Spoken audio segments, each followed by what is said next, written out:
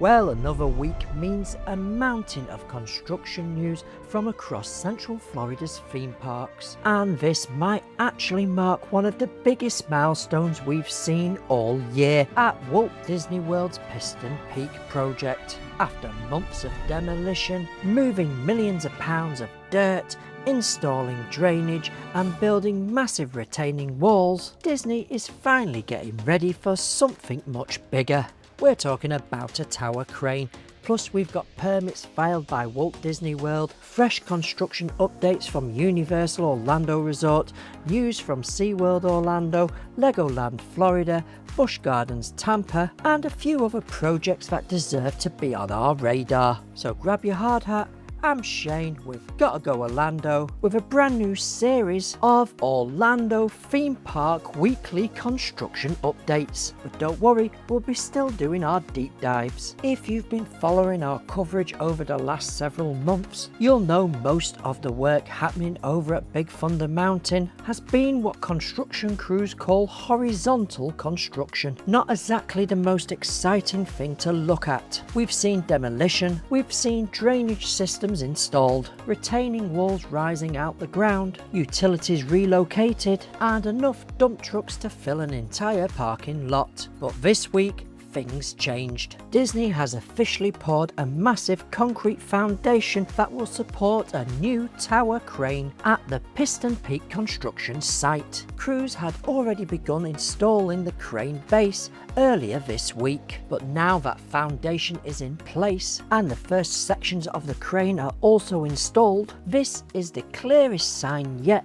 that vertical construction is about to begin. Tower cranes are typically brought in when projects start lifting large steel beams, concrete panels, and other heavy structural components into place. So seeing this arrive is a huge milestone for the project. So what does this actually mean? Well, for months Disney has been preparing the site beneath the surface. They've reshaped the land, installed intensive drainage infrastructure, built retaining walls around what will become Piston Peak National Park, which we have covered in our more detailed updates, and now it finally looks like they're getting ready to build upwards. This is likely the point where we'll begin to see building foundations, attraction structures, and eventually the mountain landscape itself begin to rise above the construction walls. But the crane wasn't the only big development this week. Disney Imagineering also quietly extended one of the most important permits connected to the project. The updated notice of commencement keeps North Star Contracting Group on the job through July of next year, with the work still focused on demolition, infrastructure preparation, and utility modifications. That might not sound glamorous, but it is a reminder that while vertical construction is getting ready to begin, crews are still finishing the enormous amount of underground work needed to support an entire new section of the Magic Kingdom. And honestly, that's exactly what you would expect on a project of this size. Before you can build mountains, you've got to build everything underneath them first. So here's what I'll be watching for over the next few weeks.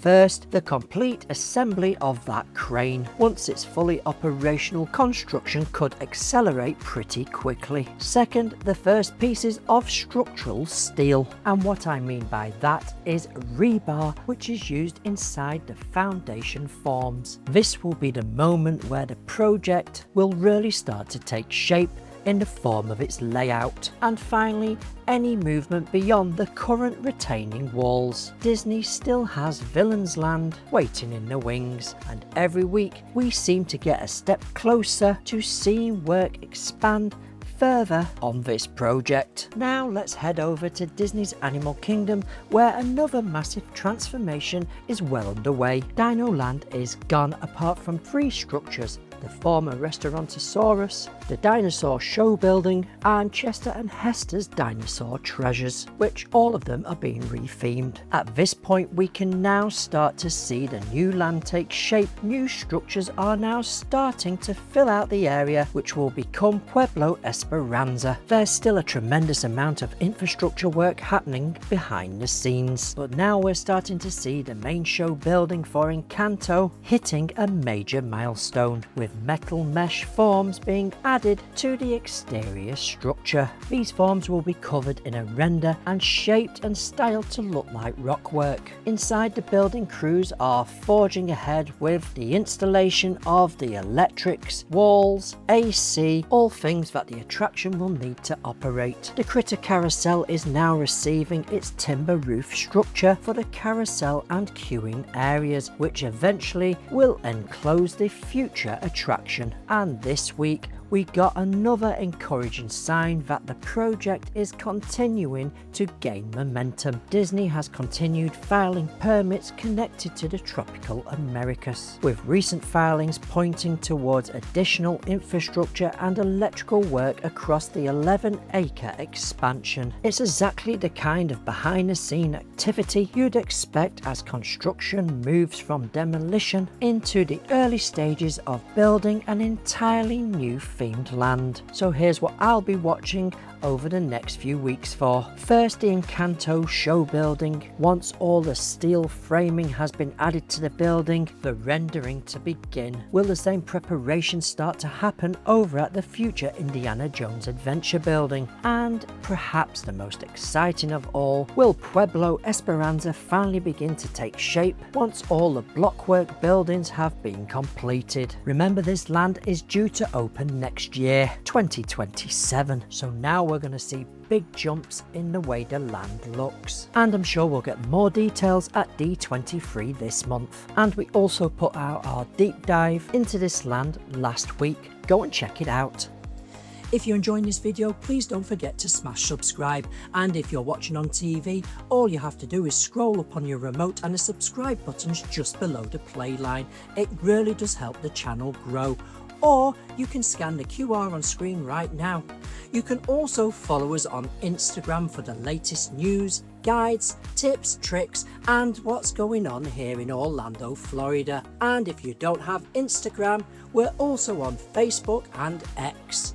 And we also have our very own website that covers everything that's happening inside the parks and outside the parks. Just search Gotta Go Orlando. Up next is Disney's Hollywood Studios, where Monstropolis is slowly starting to become a reality. Following the closure of Muppet Vision 3D and the rest of the Muppets courtyard, crews have been steadily clearing and extending the site to make way for Disney's newest immersive land. The future Monstropolis will transport guests straight into the world of Monsters Inc., complete with restaurants, shopping, character experiences, and what could become one of the most exciting new attractions Walt Disney World has had in years. Of course, the headline attraction will be Disney's first ever suspended roller coaster, inspired by the unforgettable Doors Vault chase from the original Monsters Inc. film. Guests will race through a massive door warehouse as thousands of closet doors zip through the factory overhead. Right now, construction remains in the early stages. The roller coaster, aka the Doors coaster, is continuing to grow daily, and at the same time crews are wrapping the coaster with the building structure. The existing buildings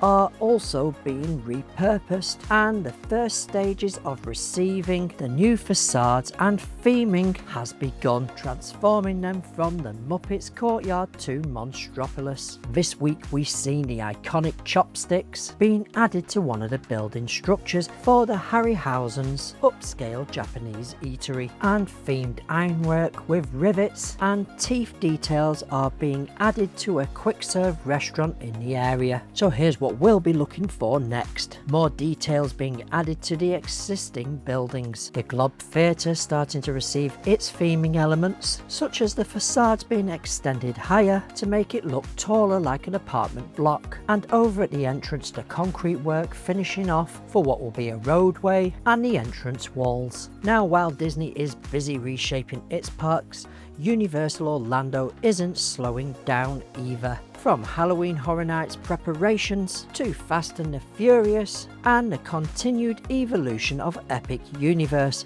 there's plenty happening just down the road. Over in City Walk, work has begun on Luke Combs' Category 10 restaurant and bar and live music venue. At this point it's only the first stages of clearing the area and grading, which will make way for the foundation work to begin, but at least it's begun. At the entrance of Universal Studios, painting continues, taking away the yellowy cream colour and returning the entrance to its classic white. And now we are seeing the preparation of the final section being prepared, the main archways which are starting to be walled around, and the brand new Fast and the Furious roller coaster. Last night the final track segments were installed to complete the full layout of the coaster, but there has been a couple of hiccups along the way. We have seen crews working late into the night, cutting, removing and replacing ill-fitting wrong-sized flange plates. So what's next?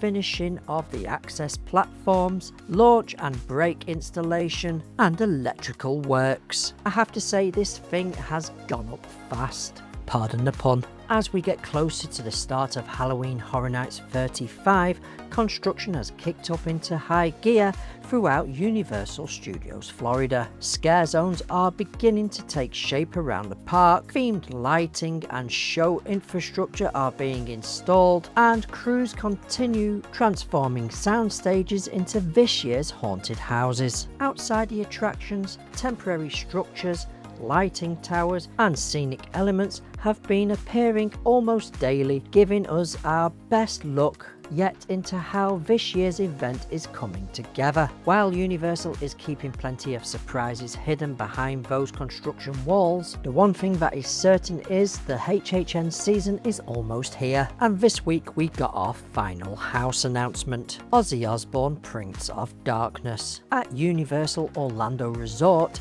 guests will step inside ancient ruins and forbidden dungeons before a ride on a crazy train into a world inspired by a diary of a madman, Bark at the Moon, The Ultimate Sin and Black Rain. The haunted house will focus on the heavy sound and sinister imagery that defined Ozzy's later years in his remarkable career. Also spotted via the help of BioReconstruct, we've started to see the location of some of the other houses, such as Hellraiser. Meanwhile, over at Islands of Adventure, a massive demolition project is continuing over in the Lost Continent, where the Sinbad Theatre has now fully been removed, and now we are witnessing the area receiving grading work, and demolition has now moved over to the show building of Poseidon's Fury. Next to the Mythos restaurant, an area which had a food stand and trees is also being cleared. The demolition is moving fast, and it's clear that Universal wants to get this area cleared,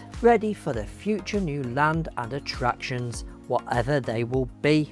Over at Epic Universe, the multi-purpose event space Project 915 continues to rise, with steelwork being installed. Also, new permits have landed, confirms an expansion for the Universal Monsters themed area, and it will be a new ride, which was rumoured to be the Creature from the Black Lagoon. The first set of permits point to the site preparation and clearing, but that's not all. Another permit has also been issued for the Harry Potter expansion for the same site preparations. Now we're going to move over to SeaWorld Orlando. SeaWorld Orlando unveils for the very first time an all all-new haunted house inspired by Sony Pictures, and the horror movie I Know What You Did Last Summer, marking the first time the film being brought to life at a major Halloween event. Next, at SeaWorld Orlando, SeaQuest continues its construction. According to its website, SeaQuest Legends of the Deep is still listed as coming soon. I do personally feel like this attraction could be new for next year,